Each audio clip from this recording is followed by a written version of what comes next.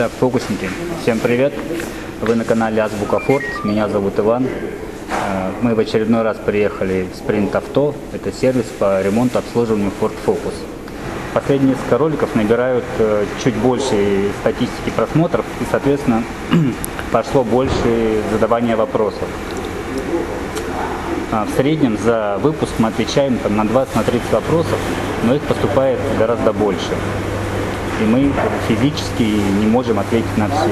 И многие по итогу обижаются, пишут, что я уже 5 лет задаю один и тот же вопрос, и вы никак не ответите. Поэтому было принято волевое решение сделать систему донатов. Я оставлю ссылку в описании к этому ролику на способ доната. Вы сможете задать вопрос с помощью небольшой суммы денег. Вопросы будут приниматься от 100 рублей.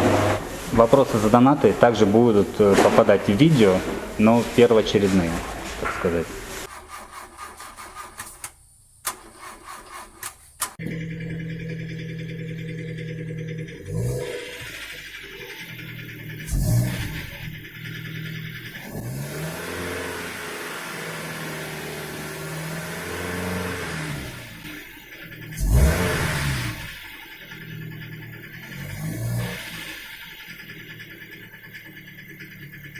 Иногда вы присылаете ссылочки на YouTube, в том числе, где пытаетесь записать некоторое поведение машины и звуки. И несмотря на то, что довольно негативно, я, как и любой специалист, отношусь к попыткам продиагностировать по записанным звукам, но иногда, в принципе, что-то да получается. Вот сейчас я гармаш. Может ли подсказать причину такого стука под капотом Форда? Особенно слышно при резком нажатии и резком отпускании педали газа. Ссылку, к сожалению, не могу вам зачитать, но, возможно, вы ее там где-то в комментариях увидите. Ну вот я послушал, но не могу вас порадовать, потому что звук-то у вас шатунный. Чистый. И, в общем-то, мотор у вас на последнем издыхании находится. К сожалению, это стук шатуна. Тут на этом видео это действительно хорошо слышно. Далее. Александр Бень. Здравствуйте. В Transit Connect 1.8 TDCi плавают обороты на холостом ходу на холодную. Тот случай, когда, к сожалению, помочь не можем. Нужна машина воочию, надо разбираться. Сделаю лирическое отступление я небольшое по поводу случаев. Вот почему бывает так, что не можем помочь удаленно. За прошедшие, где-то, наверное, несколько месяцев у нас было несколько машин с очень похожими симптомами. Неустойчивая работа двигателя, жалобы на богатую смесь. Все это фокусы разные были. Вот, казалось бы, одинаковые симптомы. Мы с ними со многими разбирались долго, с некоторыми удалось разобраться быстрее. И вот смотрите, какая интересная статистика с одними и теми же симптомами причин. Машина номер 1. Маслоотделитель системы вентиляции картера. Машина номер 2. Клапан вентиляции бензобака. Машина номер 3. Течь топливного насоса высокого давления. Это, кстати, нередкий дефект на экобустах и на двушках на третьем фокусе. Машина номер 4. Внутренняя неисправность PCM. Вот вам, пожалуйста. Каким бы образом я мог бы этим людям на эти вопросы ответить удаленно, не разбираясь с машинами? Разумеется, никаким. Если бы мы были экстрасенсами, мы бы, наверное, работали на космос или на что-нибудь еще более крутое. Поэтому, ряд вопросов, только диагностика в стационаре, притом зачастую диагностика долгая, сложная и мучительная. Недавно стал фокусником, машина, Николай Федоренко спрашивает, машина 2012 года с коробкой PowerShift, пробег 76 тысяч. С первой на вторую не пинается, переключается плавно. Суть вопроса, разгоняюсь до 50 и более, убираю ногу с педали газа, из-под капота слышен звук, похожий на урчание. Что это может быть? Проблематично ли это? Может ли это быть характерный звук работы коробки? Может быть, а может и не быть. Без машины сказать, к сожалению, ничего не могу. Пишет нам человек, подозреваю, либо из Японии, либо большой Японии поклонник. Арикусандеру Короренко. Добрый день. Первый фокус, 2004 год, европеец, 1.8 ZTEC. При нажатии педали тормоза слегка бьет в руль, чуть сильнее в педаль тормоза. Менял рулевые тяги, наконечники, задние барабаны, колодки, передние тормозные диски, колодки, вся подвеска перебрана, диски ровные, резина новая, до замены все перечислено, руль и педаль билась сильно. Это первый вопрос. Давайте сначала на него отвечу. Ну, смотрите, биение при торможении на пустом месте не возникает. Если есть биение, то есть вибрация при торможении, значит, что-то там крутится неровно. Для того, чтобы это продиагностировать, существует вполне конкретный прибор, называется часовой индикатор на стоечке.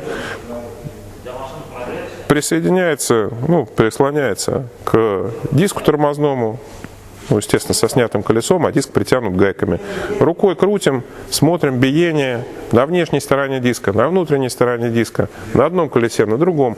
Измеряем это биение. Видим колесо, на котором оно проблемное. Проблемным, кстати говоря, считается все, что больше 0,15 мм биения. Находим это место.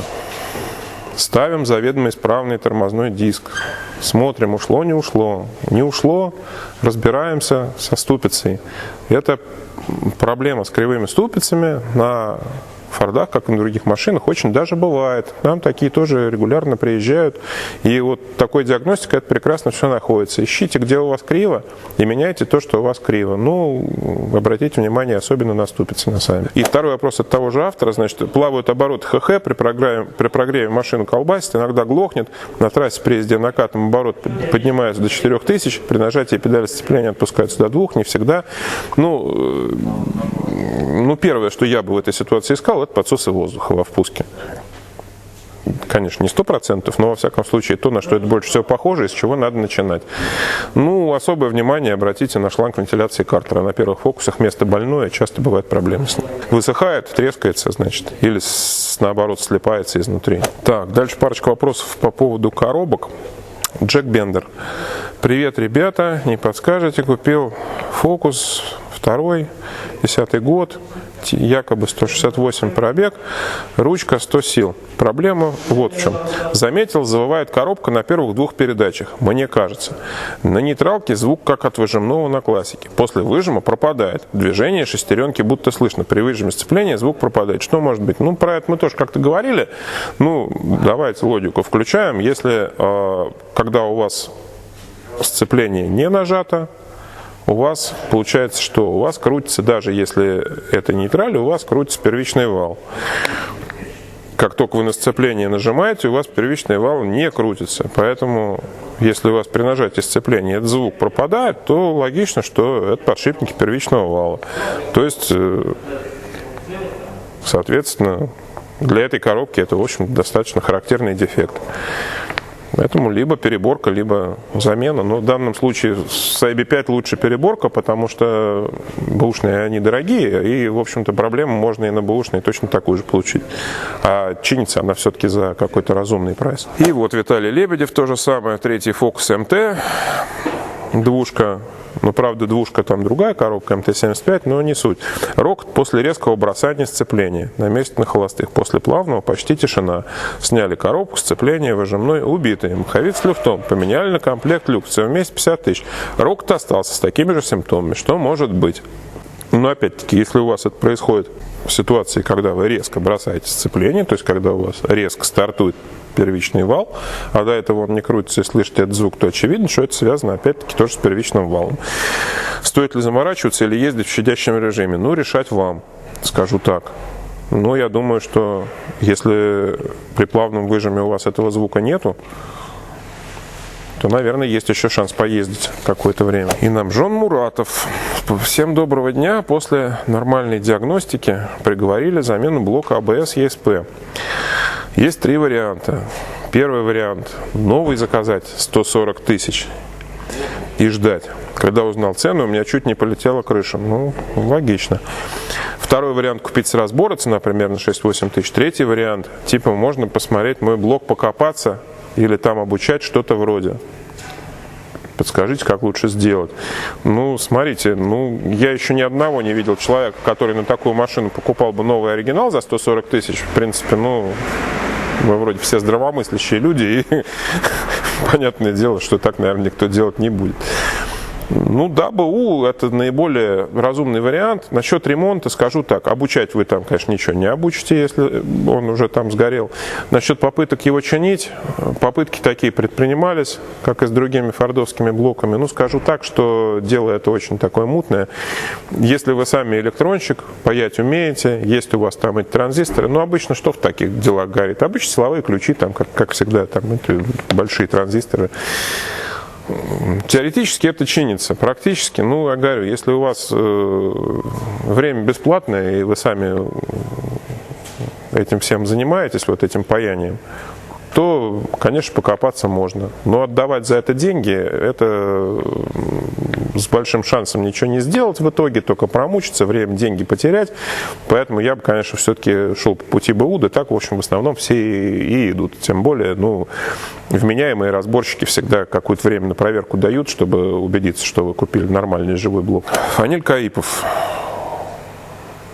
Здравствуйте, Ford Focus 1.8, 10 год. Столкнулся с такой проблемой. При запуске мотора в холодную погоду выходит ошибка на приборном мониторчике между тахометром и спидометром. Двигатель начинает троить и задыхаться. Диагностика не показывает ничего, чек не горит. До этого показывал на датчике вакуумника, купил новый, поставил, проблема не ушла, вырезал катализатор, не помогло. Думали, дроссель там ставили рабочий. Ну, короче, ни один мастер помочь не смог. Я извиняюсь, что это такое, значит, у вас за диагностика, которая это не показывает. Если на приборке что-то там загорается, даже не чек, а вот эта надпись «двигатель неисправен», нормальная, качественная диагностика вам что-то да должна показать, в памяти хотя бы или что-то. Ну, просто так не бывает. Может быть, ошибки должны быть не там по PCM, не с буквы П начинающиеся, а по обмену, то есть там или по щитку, то есть С или У там ошибки. Ну, что-то-то быть должно, раз что-то загоралось на приборке. И раз явные были какие-то ненормальности в работе двигателя, видать, просто диагностика у вас не настолько хорошая, что этого не видит. Поэтому вы там как бы найдите в себе там людей с IDS или там с фордсканом хотя бы там, потому что, ну, где-то что-то там, какие-то следы в любом случае должны оставаться. А уж и потом дальше уже будем от этого отталкиваться и думать дальше, что это может быть. Роман Рудоманов спрашивает: здравствуйте, столкнулся с проблемой вибрации на ХХ, третий Focus 1.6. Правую опору поменял на оригинальную, вибрация немного уменьшилась, но принципиально ничего не изменилось. На холостых при 700-800 оборотов начинает потряхивать. Как можно исправить? Ну да, и у нас такое тоже бывало. Не всегда замена опоры помогает. Иногда это связано с не совсем устойчивой работой самого мотора. Тут уж надо тоже разбираться. Может прошивки, может там дроссель, там форсунки и так далее. Но тут в раз не скажешь, в общем. К сожалению, бывает. Надо разбираться. Арман М. Здравствуйте. Здравствуйте. Вчера завел машину, через 10 минут загорелась лампочка ESP и сразу лампочка давления масла. И стрелка тахометра упала на 0. Заглушил, завел. Через 10 секунд то же самое. Долил масло примерно литр. Проблема пропала. Утром замерил масло, там больше отметки на 5-7 мм. Больше максимум в смысле. Подскажите, с чем связана данная проблема и что делать? Focus 3, 1.6, пробег 97 тысяч. Давайте так поставим вопрос. Ну, во-первых, сразу понятно, что это никак не связано с маслом, потому что если у вас одновременно происходят такие вещи, как загорание лампочки ESP, там, вырубание тахометра и так далее, просто от давления масла такого не бывает. У Форда нет такой защиты от таких вещей. То есть, если бы у вас загоралась лампочка, там, да, надо было разбираться с давлением масла, а когда у вас такой букет, то понятно, что лампочка масла – это лишь часть всей этой проблемы, и с маслом это никак не связано, доливали вы зря, естественно. А вот теперь к вопросу о том, что это был за букет и откуда там ноги растут. Я скажу так, конечно, однозначно сказать нельзя, но если двигатель при этом не глох, а происходила вот такая вот история, просто вот эти лампочки, да, и тахометры, то это больше похоже на внутренний дефект приборки. И тогда надо разбираться как-то с ней. Если же он при этом глух, реально, сам вот, вырубался, то надо разбираться с связями между блоками. В частности, если у вас есть нештатная сигналка, то с ней, потому что это вот такие симптомы, очень напоминающие подобного рода вещи.